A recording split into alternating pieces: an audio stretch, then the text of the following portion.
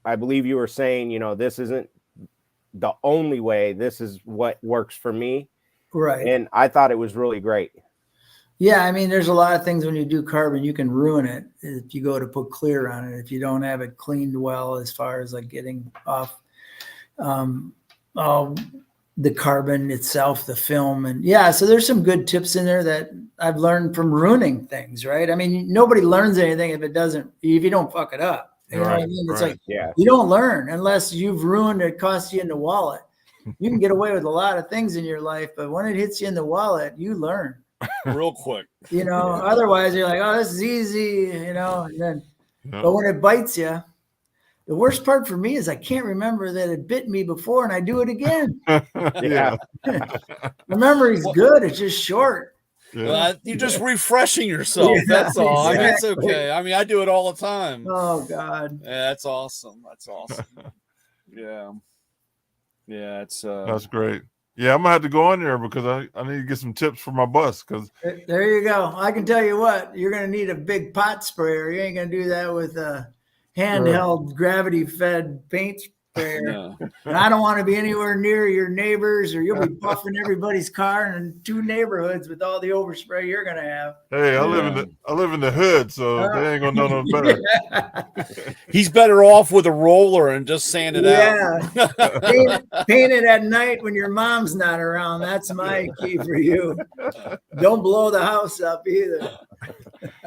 That's a great story, man. Yeah, I got a lot of those, but it's the truth, Well, listen, when you come back on with Jim, tell all the good stories, man. That's what we do. We hang out here. See, I usually get off now because I go to work early in the morning. Yeah. And Ray's not here, my co-host, but he'll have these guys on until 1 o'clock. Yeah, we're here for a while. So, what's the age difference between you and Jim? I'm 2 years older. So I'm 60 and Jim's 58. And there's brotherly love all the time, or do you work in two different sides of the shop? We stay away. No, it can be tough. There's anybody in business with anybody. It doesn't matter. It's tough. But are you guys compatible? Because like me and my brother are like opposite ends of the thing. I mean, you wouldn't even know that me and I, if my brother was with me, we're 2 different ends, and we're definitely just working together all that time. I'm just curious. That's all. Yeah, I mean, there's no doubt it's been some trials through the whole thing, and we both see things different. But I guess that's what keeps us going too. Jim's the baby of 7. So I'm right before Jim. So we've got 4 older sisters that kept us in line and an older brother. And he tries to be a ring brother. He wants to be a ring brother, but it's too late for him. He's too old. So how long have you actually been in business, or how did this? I guess I don't want to go in detail. We could go in detail, but. Was this just like sitting around and you decided to take flip the air cleaner on your dad's car like I did, and you started this? Or I think everybody has that moment, as they say on what is that show that they never find anything but wood. Anyway, it's a TV show that I used to watch a lot. But I think for some reason, the smell of gasoline or oil or making something come alive like Frankenstein as a young kid bit us all. Mm-hmm. And it was kind of always with me, whether when I was in the Navy, I'd go to the hobby shop and paint guys' cars or whatever. And then I got out and worked construction and did construction management, met my wife on the job. And Jim was doing the same. Jim was a crane operator is what he did. And then he bought a Camaro down in Chicago, he had no money, went into a bank. Who didn't know him from Adam? There was a pace car 69 in the paper. He went into a bank and said, can I borrow $5,000? He didn't even have $2 to put down on it. They gave him the loan, paid it off, and he sold that car for like $17,000, $18,000 and started the business on that. And it was restoration work. And he never made a dime. Yeah. And turned it into a collision because his first job was a squad car that he probably hit himself. But no, he got the squad car, did that, and said, "Shit, I can make a little money doing this." And then in '94, I was living in Nashville with construction, and we just had our first son born, and I didn't want to be on the road anymore. And I knew we were from a small town of 600. Wanted to raise my kids back there. I drugged my wife from San Francisco area. Wow. So that was a shock to bring her from there to a town of 600. But we still live there today, and the rest is history. We changed oil and tires and brakes, exhaust, and did collision, and still do that. And kind of liked doing something fun, still do that, and then turned into a little machining shop. So our shop's not that impressive to look at, but it's where we do it, you know. Yeah. Never really made enough money to have a big showroom or anything like that. I could never see where that paid any bills. So Nice. Wow, so the rest is history. Okay, I got one more question, and then I'm gonna jump off. Yep. Who designs your shirts? I don't have anybody. Can you design them? We need somebody. We need some help on that. No, man. You and your brother wear the shirts. Oh, them shirts. Yeah. No, that's my wife. Every year at SEMA, she goes on a hunt to try to find the goofiest shirts. Like one year it was cats, and this year was skulls. And so she finds them during the year, and then she has them embroidered, and we look like Dumb and Dumber at SEMA every year wearing the same thing. No, man, I love them. I'm gonna give you some. All right. Well, I got a bunch of old ones you can have. So they're one and done stuff for me. I wouldn't get caught dead anywhere but SEMA, you know. They're great, man. I love them. Oh, thanks. That is awesome. Well, you guys have made it fun. Yeah, I'll definitely join you guys again. And thanks for your time. And we'll do this again. Thank you. No, Appreciate it. That was awesome, Yeah, Mike. I thank you for appreciate sharing. it, and hopefully one day I can show you pictures of my Mustang. Yeah, you know. driving, not just mind fucking it for. Yeah, I know. Well, it's the guys are beating me up pretty good. So We Yeah, told them. just We quit told cut- them that we'll all get in the trucks and drive down there and help them put it together. There you go. yeah. That's what You you know- need to do. Finish it. If he'd stick an LS in it, it'd be running already. Oh, there you go. Yeah, they'll crucify you. We did that already. We're not doing that again either. Oh, Even though man. that Mustang ran really good with it. Man, you're really pushing your luck, Mike. Come on now. I got 3 other guys there that think it's all right. So, all right, fellas, I'm going to get off. You guys have a good night, and thank you again. Thank Thanks you. for And thank everything. Nancy Thank you. for me. I will. Bye-bye. Bye. Okay, guys. Yeah, I'm hitting the road too. Let me see. Trying to get off here. So. Okay, I got you. All right, fellas, I'm gonna jump off. I think all of us got to jump off because Ray's not here to turn the system off. If when you get off, it'll go for about 30 seconds, and then that's it. So Oh yeah.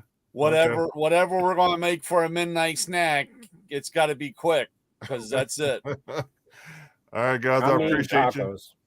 Yeah, Um, that's what I had for supper. yeah.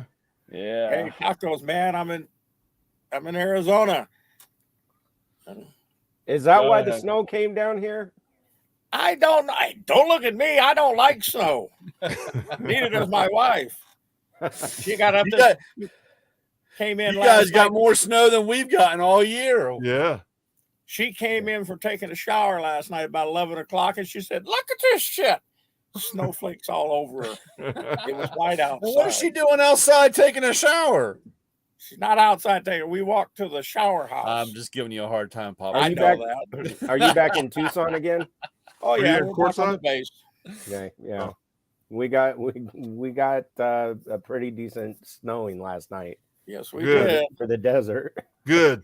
And I wouldn't drive in this shit because I don't trust you Tuscanans. Yeah, I stayed home all day. way to do all it. right, guys. Great show, Lewis. And See too you bad next Ray. week. Too bad Ray missed it. That's a great show. It was a Yeah, good. we'll get him back on when Jim's there. You know, Yeah. we'll get him back on. Yeah, He that's had why I he had asked. a lot of good stuff. That's Yeah. why I asked about the sniper. I was hoping to get some info so Ray could watch it. Yeah. So, All right, guys. See I'm you working. later. I'm working trying to get some more people. I got a big list of people. It's just getting them on the right day. You know what I mean? Yep. So, I know. All right, guys. Y'all be I've gotten- safe. Take care. all right, later. have you gotten boat